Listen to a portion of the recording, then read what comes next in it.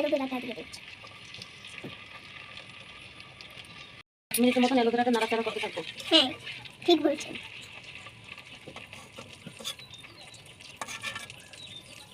তারপর দিয়ে দিলাম কালো জিরে 2 চামচ। তারপর দিলাম কিছু, তারপর মেথি,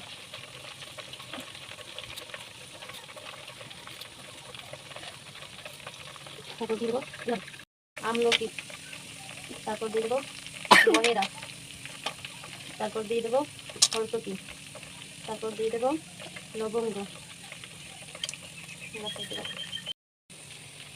নয়নতারা ফুল, তারপর দিয়ে দিলাম জবার পাতা, তুলসী পাতা, কানতুনি পাতা, কেশর গাছ পাতা, তারপর দিয়ে দেবো মেহেদি পাতা, তারপর দিয়ে দেবো দুলফাওয়া গাছ,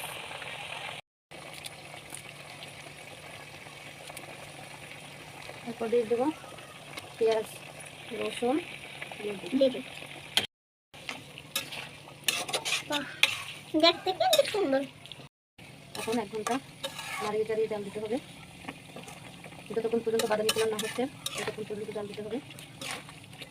জাল রাখবে, যেটা কম আছে এটা নাড়াচাড়া করে ভালো করে কালারটা আনতে হবে।